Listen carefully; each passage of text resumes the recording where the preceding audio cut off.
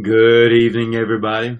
Baxter Cribs here with you once again from BaxterCribs.com. I want to welcome you to our Facebook Live this evening. Running a little later than I'd like to be today, but it's been a learning day, if you will. A lot of things going on and other calls I had to be on. And so I wanted to get those things done, part of the business, but then also I wanted to be able to come on here, and not forget about you as well, and continue on the process that we've talked about here for the last couple of days. And that is the very first thing I want to talk about to you this evening is the self-confidence formula. And we've been talking about this for a couple of days now.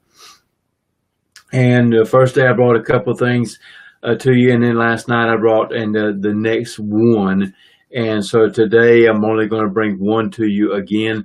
Expound upon that just a slight bit, but I only want to just do one because I am running a little late, and I know that you got other things to do as well. But I still want to have a little short video with you today and talk about the self-confidence formula part 3. Now, if you have not saw the other 2 videos, please scroll down my news feed there till you find those. And then if you'd like to, watch those and see if you can catch up and learn what we have going on and what I'm talking about. And that is that we're trying to build our self-confidence. And there's 5 parts, 5 stages that we might want to go through and to see, to learn, to apply to our life and to have things going on in our life to get better. Because no matter what field you're in, you need self-confidence, even if you're just a stay-at-home mom, a teacher at school, an employee for somebody else. Everybody has a degree of confidence, self-confidence or self already, or you would not even get out and go to the grocery store. You wouldn't choose your own groceries, and you wouldn't dress yourself because you're not confident in the way that you choose those things. And so you have some confidence in yourself to a degree. And there are different kinds of self-confidence as well. There's situational confidence, which is basically a bluster confidence type thing, where if you were, shall we say, you was walking by a graveyard at night, and this kind of eerie feeling comes over you, and so you start whistling as you walk by, or jumping up and down, talking to yourself, and till you get past that point of the graveyard, because such a feeling comes with that. And that's called situational self-confidence. And then you also, you have that can even come in meetings, if you will. If you're in business and you got to go in a meeting and they bring somebody new in, whereas before you were comfortable with other people, and they bring somebody new in, and now you all of a sudden you hush. Your confidence, you're not there with that. So you have a situational confidence. And then there's temporary confidence, but for whatever reason that we have highs and lows in our life, and our emotions go up and down or back, and we are confident one day and we're not the next. And we sometimes really don't know why that is so. Or we think we don't. It's really a self-image thing as well that goes along with that. So, but we want to talk very briefly about this evening, your self-confidence, and try to put these things together so that we can become a better person in our life, wherever it is that we may be. And so the thing we want to talk about this evening, the very first thing that you must do as part 3 of this session now, is to write down clearly your definite chief aim in life. Now, this is not your set of goals, where I'm going to do this in 30 days or 60 days or 90 days or a year or 2 years. This is more like a vision, okay? More like a vision.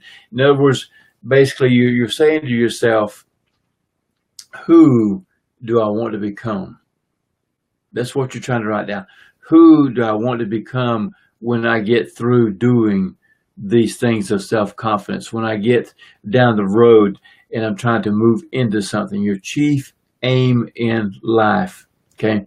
That's what you want to do, is write that down, who you want to become What impact do you want to make on your family, your community, your church, your people at work, the world that's around you? What impact do you want to make?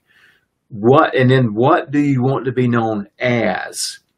I knew a lady one time that lived in a trailer park, and people knew her as the cat lady because she had so many cats around her. But her passion was to help out animals, and she spent what she could to do that. And what it accumulated to was people seeing cats always at her house, or her out feeding them or taking care of the dogs and the animals and so forth. And that name just kind of got put to her. So she didn't really want to be seen as the cat woman, or a cat lady, but she wanted to be known as one who cared about animals. And this is what I'm saying. What do you want to be known as? How do you want to impact your environment?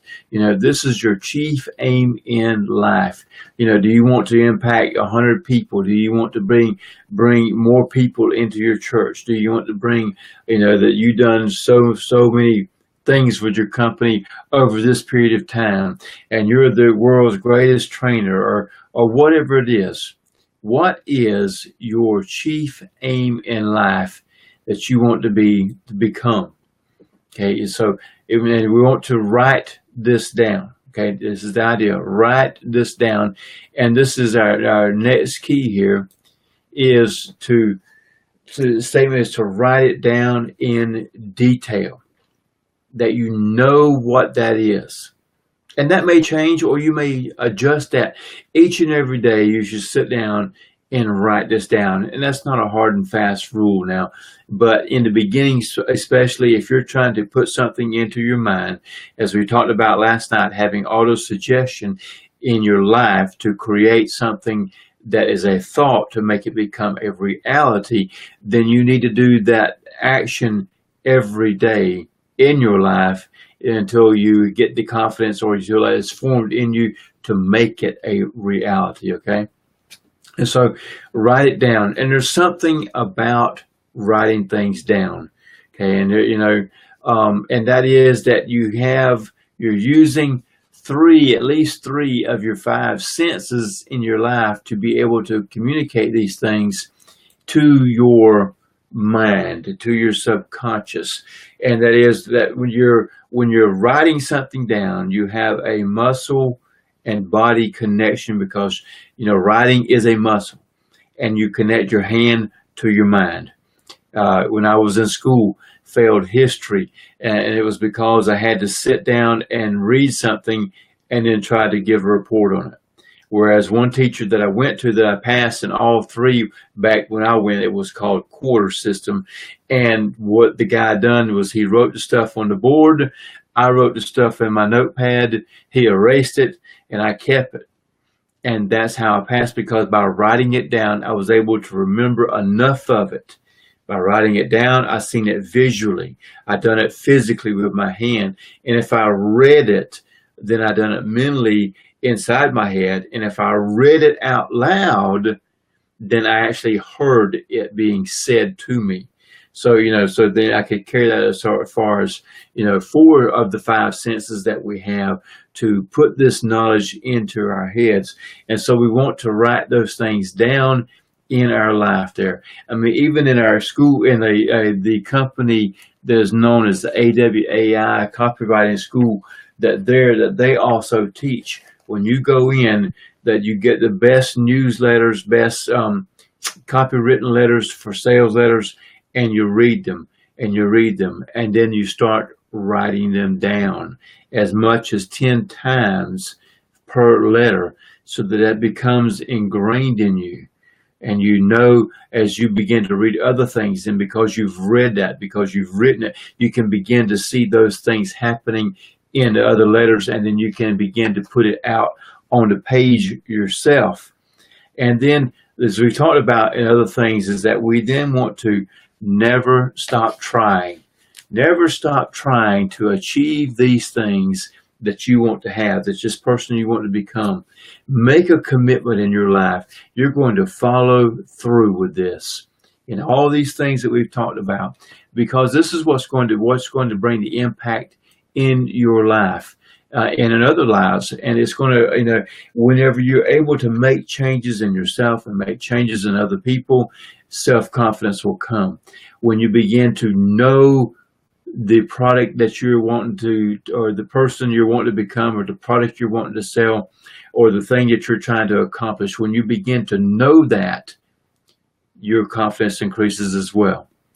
And one way of doing that is just like we've talked about today, is to write clearly down your aim, your chief aim in your life. Know it very well. Get to know it. If you write it every day, it will become very clear to you what you're after, and then nothing will stop you from going towards that. You will have the confidence you can achieve that.